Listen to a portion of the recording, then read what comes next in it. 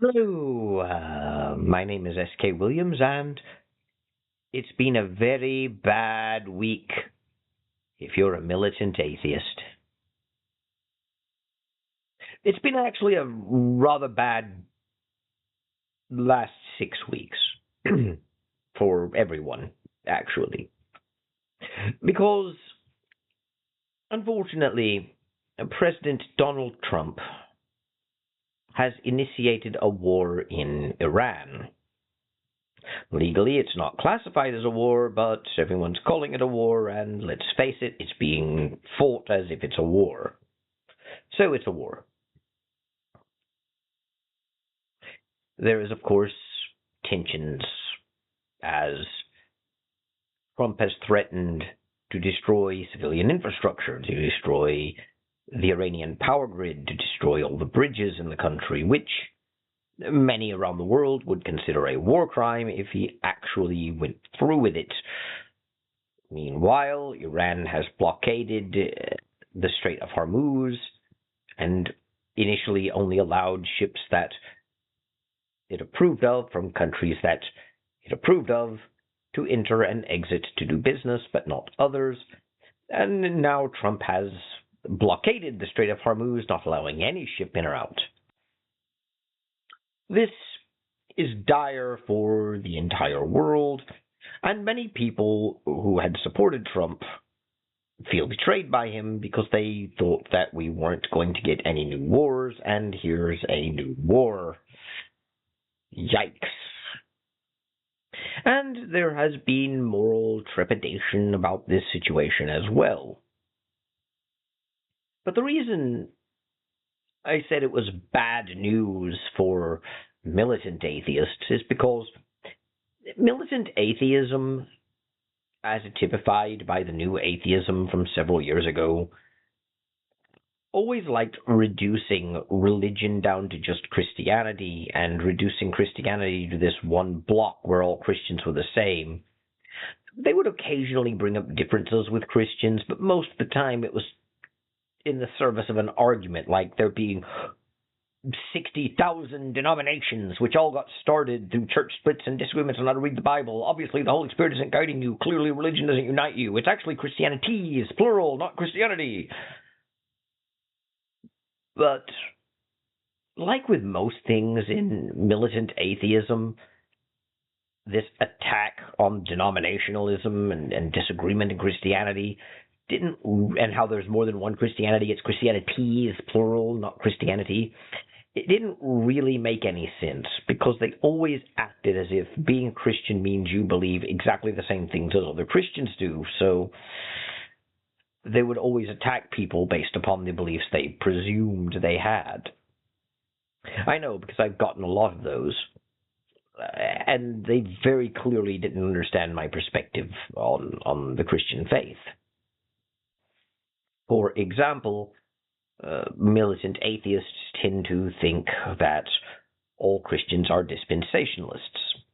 Most militant atheists don't actually know what the term dispensationalist means, and they don't use it, but they think all Christians are looking forward to the second coming of Jesus, where he will return to build a physical kingdom on earth, and that before that, there will be a 7-year tribulation, there'll be a reign of Antichrist, and a rapture of some sort, and then Jesus comes back, ends the war, defeats Satan, and builds his kingdom and reigns 1,000 years, and all Christians believe that will happen. And of course, that's not really true. Traditionally, Christianity taught that the church was the kingdom of Christ on earth. It's already here, and that the second coming of Jesus will be on Judgment Day, which is also how I was raised, because I was brought up in the churches of Christ, which teach that. Of course, being from the Church of Christ, I'm told that because there's no denominational central command somewhere, no president controlling the denomination, that each congregation teaches something different, and you can't really tell what a Church of Christ believes, which is another thing that I've always found irritating, because I've visited several congregations of the Churches of Christ, and they all teach the same thing, and if you pick up Church of Christ literature, no matter where it was printed or through what congregation, it all teaches the same thing, but We're supposed to think that because it operates on a congregational model, it differs from congregation to congregation. But that's something that is less because of the atheists, and that's because of a lot of other people who don't understand the churches of Christ, even some other Christians. But that's beside the point. Militant atheists have a reductionist view of Christianity, where they think in very broad general categories, like how Catholics think you get saved by faith plus works, whereas Protestants think you're saved by faith alone, which to them means you're saved by belief without evidence in the stories of the Bible alone, versus belief without evidence in the stories of the Bible plus doing good works. And that's not really what either Catholics or Protestants believe, but that's typically the level of analysis you get with militant atheists. And the reason I bring this up is because militant atheists know that there are Christians who vote Democrat in the United States or who hold to more liberal views, but they usually explain that away using the Sam Harris model, where they'll just declare that you basically have two camps of religious people. You have religious moderates and religious fundamentalists. And religious fundamentalists to them will be right-wing conservatives because the Bible was written a long time ago and reinforces patriarchal social norms, and that's why religious people are overwhelmingly right-wing and conservative, and the ones that aren't, the ones that hold more liberal views, are religious moderates who don't really believe everything in the Bible and aren't really committed to believing in their religion is actually true, but cling to it for emotional reasons. They've watered down their religion with secularism, and therefore they hold secular values and secular principles. This isn't really true either, but it is the way they frame things.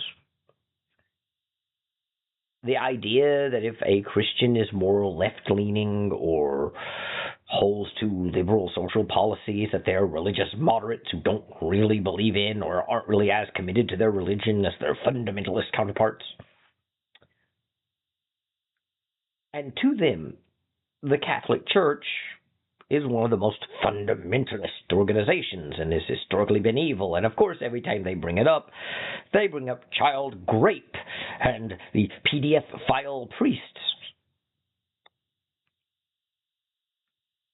But they know that if you truly follow Catholicism, you'll be a right-winger, you'll be conservative, and that means you'll be MAGA. You'll love Donald Trump. You're going to wave your American flag, put America first. You're a right-wing conservative, and that makes you a Nahashi, which, of course, makes sense given that, according to atheist mythology, the Catholic Church is where a certain man who took over Germania in a certain time ago, wink, wink, nudge, nudge, got all of his ideas from Christianity and specifically the Catholic Church because that certain man, who was called the leader, was himself a devout Catholic, and the Catholic Church loved and adored him, and they just supported everything he did, and when he took over, they rushed to Germania to sign a concordant, and that just proves how much they adored him. That concordant was about rubber stamping everything his regime did. It was a stamp of approval, and the point of the concordant was to praise this leader. That's not actually real history because the concordant was actually a peace treaty, and the church was trying to stop the leader from continuing to harass and persecute them. But in militant atheist land, Yahtzee Germania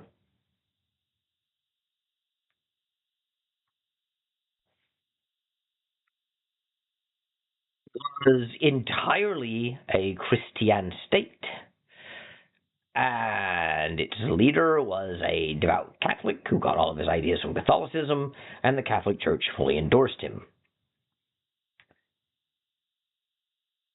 And of course, when Pope Benedict became Pope,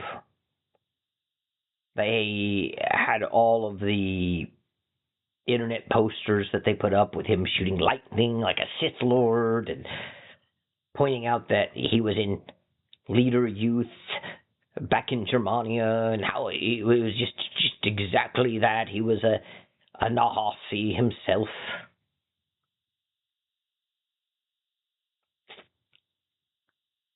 And I've actually read several articles from atheists online. Not as many as I used to because I don't have internet access. I only get it 2 days a week, and I do have other things that I need to do.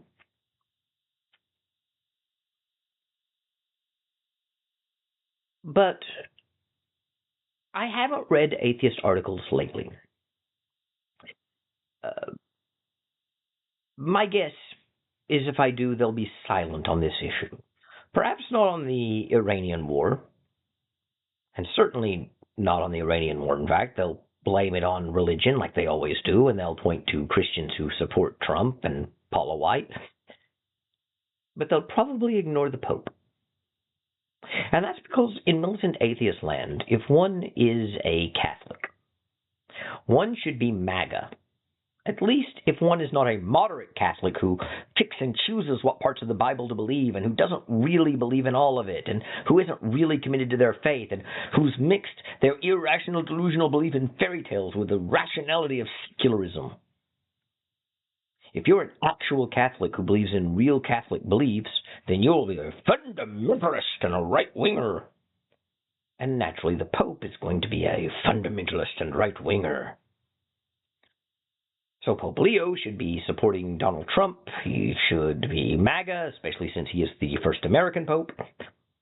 He should be waving the American flag and cheering on the war and giving it guards a blessing with his southern accent, because all preachers speak with southern accents, so yeah. And instead, Pope Leo has condemned the war in Iran. Pope Leo has called for peace. Pope Leo has called for an end of aggressions. Pope Leo has been heavily critical of Donald Trump's continued bombings and of the blockade. And Trump, in response to this, has attacked the Pope. I take that back. Maybe the atheists are covering this story to say how religion causes division. Look how the deeply Christian Trump is attacking this other Christian leader based on what they think God's word is. Maybe they're doing that. But it can't be easy. Because the simple atheist narrative that we've been told for years cannot be true. It cannot be true that Christians are walking in lockstep uniformity unless they've become moderates and no longer truly believe in their religion and believe in secularism, but hold on to the trappings of religion just to make themselves emotionally feel better. The fundamentalists, which is anyone who's conservative really, should be walking in lockstep uniformity, and they're not. So you're either going to have to say that Pope Leo is a religious moderate, or else you're going to have to say Donald Trump is, but you can't say that both of them disagree with each other and have a coherent narrative. Of course, atheists don't care about coherence. Their arguments are often incoherent. They'll probably say that both of them are fundamentalist Christians, and then they'll just use their argument as proof that religion divides people or some other nonsense like that. But the simple truth of the matter is,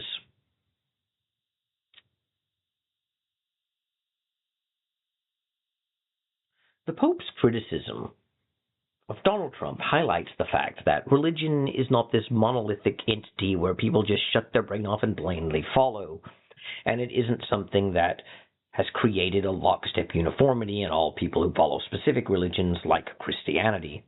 And it's obvious that two prominent people who are prominent figures within Christianity, at least according to popular media, Donald Trump, who's a president who's claimed he wants to bring religion back to society, and Pope Leo, the head of the world's largest and most influential church, are now oppositionally opposed to each other. And Donald Trump posted an image of himself, supposedly as a Red Cross doctor, but obviously dressed in a way reminiscent of Jesus doing a miracle healing. He later deleted the post. But the reality is, Donald Trump is not blindly followed by Christians or by conservatives in general. I myself have had problems with Donald Trump, both in his first and second term. I don't like his use of profanity. I don't like certain moral problems with his womanizing and his divorces. I really don't like those. Though I am glad he won the 2024 election, because Kamala Harris would have been worse. That's not a ringing endorsement from MAGA. And I am not revealing that S.K. Williams is MAGA. S.K. Williams will follow Trump to the end of the earth. I knew he was a better alternative to Kamala Harris. And I know he's not really the fascist that people on the left depict him as. I know that he's not really this tyrant, and he's done a lot of good things too. I'll give him credit for that. But I never thought he would be perfect. Though, to be fair, the Iranian situation is far worse than I thought would ever happen in terms of his second term. I didn't think he would make this big of an error, and it was an error. He cannot maintain this war. At the end of this month, he has to justify it before Congress, and even a Republican-led Congress is hesitant to support this war. Most likely, as I'm recording this, if the situation is not resolved by the end of the month, then Congress will vote to end the actions. They will not fund it, and they will tell the president to stand down.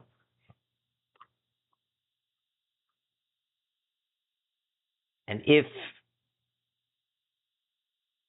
by some twist of fate, they vote to support the president's actions, perhaps he makes a very good case for continuing them, or perhaps even if they don't like continuing them, ending them would be worse somehow.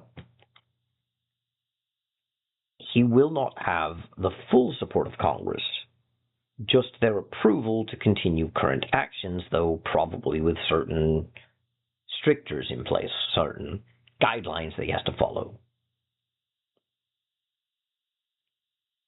But Trump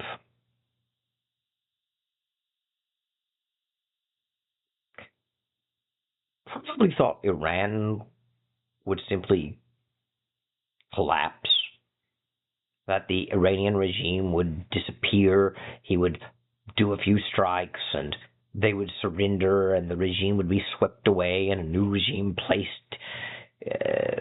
instead. And the Iranian government has proven to be harder to dispense with than he believed it would. It's more obstinate, it's more stubborn, it's more tenacious. And I'm not saying that to praise them, just as a matter of fact. And the real world politics is more complex than either the left-wing media or Donald Trump believed it to be. The left-wing media, of course, depicts Iranians as angry at America and standing by their government in fierce defiance of American power, whereas Trump says that the people don't like their government and want it gone. I don't think either of these narratives are fully true.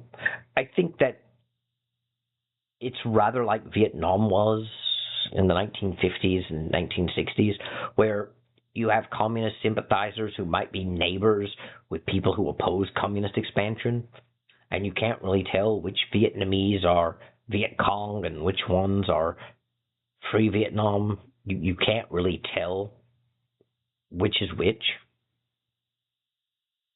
And no, progressives, I'm not making a racist comment. I'm talking about politics. I think that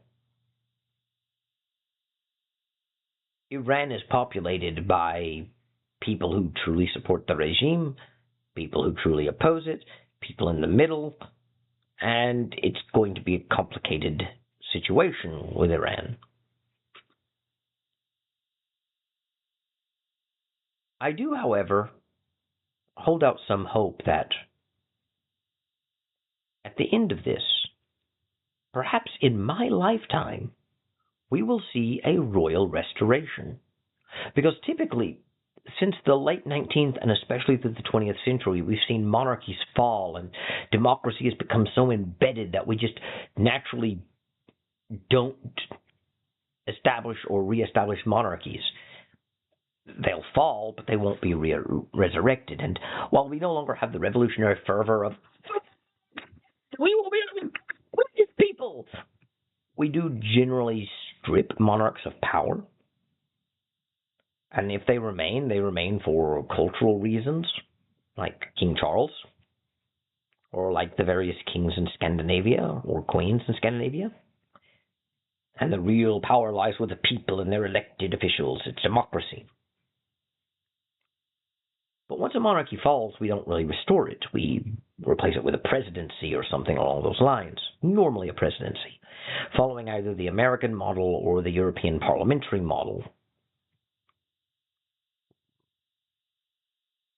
But we don't generally restore monarchies. And we still might not, because if Trump wins the war, he's probably just going to give power to some local person who's kind of already in charge, but just restructure the government. It'll probably still be the Republic of Iran, just no longer the Islamic Republic of Iran. But things aren't going as Trump wanted them to, and the only authority figure that would be recognized in Iran would be the Crown Prince, the son of the late Shah. Perhaps, just perhaps, if the situation goes well, as well as it can, if things go just the right way for this to happen, we may see a royal restoration in my lifetime. And that may sound odd if you're not used to listening to me talk, because I'm an American, so naturally I prefer having a republic in which we, the people, rule rather than a monarchy. My own country was founded by a rejection not just of a tyrant king, but the tyranny of kings, and that we, the people, have taken our rightful place to rule, and that monarchy is just illegitimate, and I want a republic in which we, the people, pick our leaders. I know that the Constitution is the greatest document written by human hands, and the American form of government is the best one ever. Especially since I was actually born on the 4th of July. But the thing is, I'm a monarchist. I've been a monarchist for as long as I can remember. I've never agreed with the American system. I've never agreed with the American Revolution. Instead of seeing it as heroes fighting a tyrannical king who took away their rights and freedoms, I see it as treason. And the more I've learned about the American Revolution, the more I've been confirmed in my position. King George III was not actually a tyrant. They simply called him a tyrant to justify the revolution. And people don't seem to realize this, but the American Revolution didn't just create America. It created Canada, it created the Bahamas, and it changed the way the British government worked.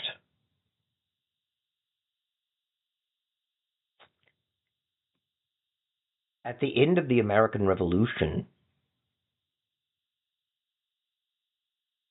King George III was discredited.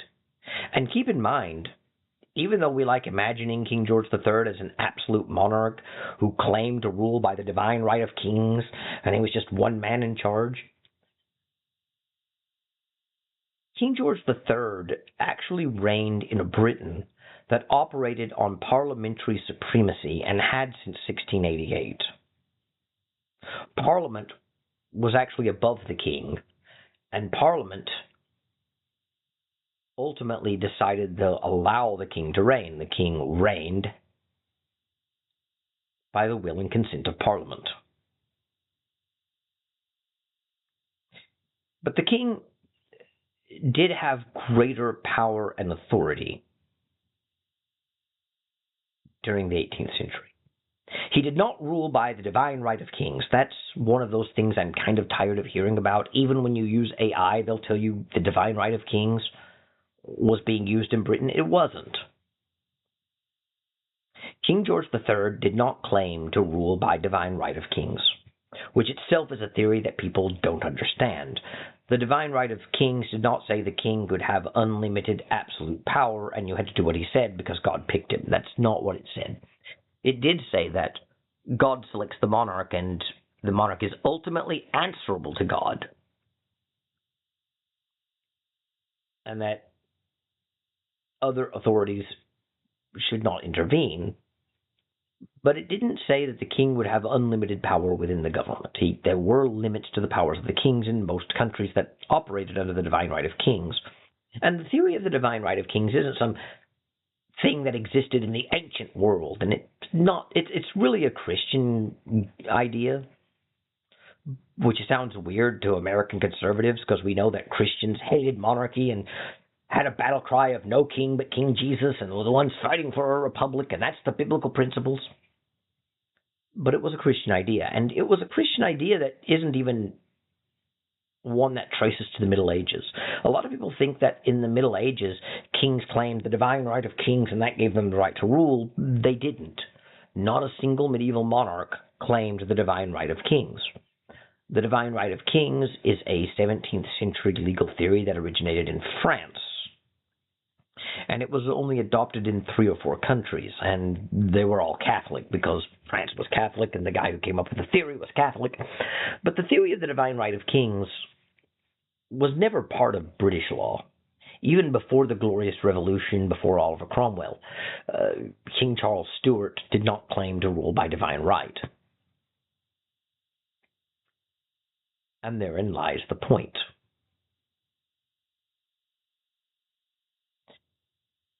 King Charles did think God, through his providence, placed him on the throne. He thought that God established monarchies. Most people did at the time. That's just how people thought. But that's distinct from the legal theory of the divine right of kings. And the divine right of kings was never adopted into British law. And by the 18th century, it was certainly not part of British law.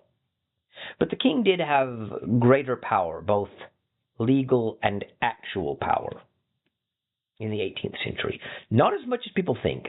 He couldn't even appoint his own ministers. But he had a greater influence and authority, and he was still able to speak on political matters. But after the Revolution separated the American colonies from Britain, the king was largely disgraced in Britain, and Parliament used that to assert even greater dominance. They stripped the king of certain legal powers, although he did have certain reserved powers retained. However, it's become custom that the king would never use those reserved powers except in severe emergencies. As a result, the king only acts when Parliament tells him to act. This is why I really hate when people criticize King Charles, because I'm not saying King Charles is perfect, but it's really hard to know where King Charles, the man, ends and King Charles, the position, begins. And a lot of the things that King Charles does that people complain about were probably being things that he's told to do. And I don't know the man personally, and I'm not saying he's above criticism. Being a monarchist does not mean I think you must blindly obey the king. I'm just trying to be fair to the man because I don't know his entire situation. But I do know this.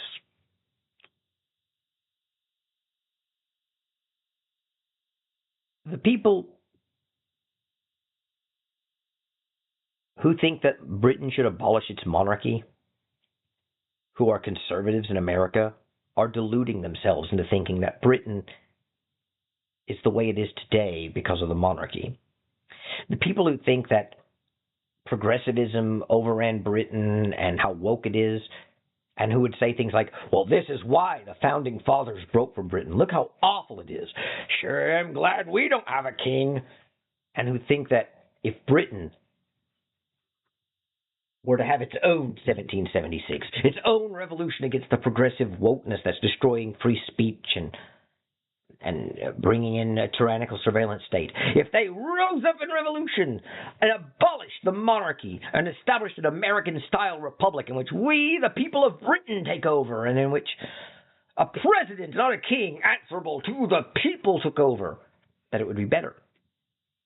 That we would have a more conservative Britain with more sensible laws if it was a republic in which we, the people of Britain, ruled. But it wouldn't be. We would have no more monarchy, but we would then have a president, Keir Starmer. And we already know that republicanism does not stop wokeness. If it did, then France, which is a republic, would not be woke, and it is. Germany is also woke, and Germany is a republic. Most countries in Europe are woke, and most countries in Europe are republics. Monarchy is not the problem. In fact, democracy is the problem. And I'll elaborate on that in a future video. But really, wokeness came from an attempt at forced equalizing of everyone and trying to make everything the same, and that is not inherent to monarchy. Monarchist thought is inherently hierarchical. And the ideals that feed progressivism may be inconsistent with the fact that Britain still has a monarchy and established church. But keep in mind, Britain also used to have hereditary peers sitting in the Lords. Most of those were abolished back in 1999, and the rest of them are gone now because of the Labour government. The Socialist Party in Britain abolished the hereditary peers. And Labour and the Greens have both vowed to disestablish the Church of England. And a lot of you listening to this, if I ever get anyone listening, will say, well, so what? The Church of England is woke. Do you really think two socialist parties who want to instill secular values are better? Because we all know at this point that secularism isn't really neutrality toward religion. Secularism has its own values and its own beliefs that it wishes to impose upon society. Secularism is, in fact, a religion. It's a religion that lies to us and says it's, by definition, not only not a religion, but not religion. That to be secular means, by definition, that you're not religious and that you're neutral. But we know it's not.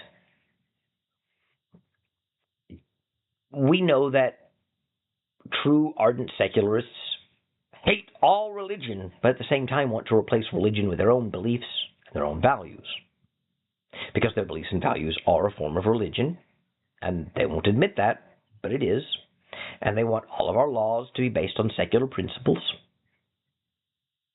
And they want our culture to be secularist. And if you want to know what they're going to promote, all you have to do is read the humanist manifestos. For instance, we've recently had debates about death with dignity, or dignity in dying. This is another word for euthanasia, or medically assisted slurry slide.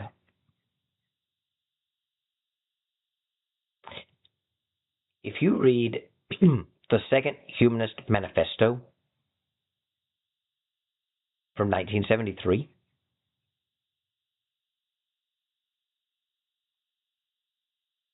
the term death with dignity is used in that document, and it is advocated for. If you want to know the direction that progressives will take society, read the Humanist Manifestos, all of them. Because even though we're supposed to think that every time a new manifesto comes up, the old ones are abandoned, the thoughts in them are not ever abandoned. They maintain themselves as part of the humanist culture. They're trying to replace the Christian religion with the humanist religion. And Humanist Manifesto 1 from 1933 explicitly calls it a new religion. If you want to know what will be supported, look at the manifestos, and that will tell you what the progressives want. They're trying to mandate beliefs and values and practices based upon secular, not religious values, which are really just religious values. And the abolition of the monarchy is one of their highest goals. They want to disestablish the church and have a secular state, and they want to disestablish the monarchy. and promote their theoretical equality. That has always been their goal.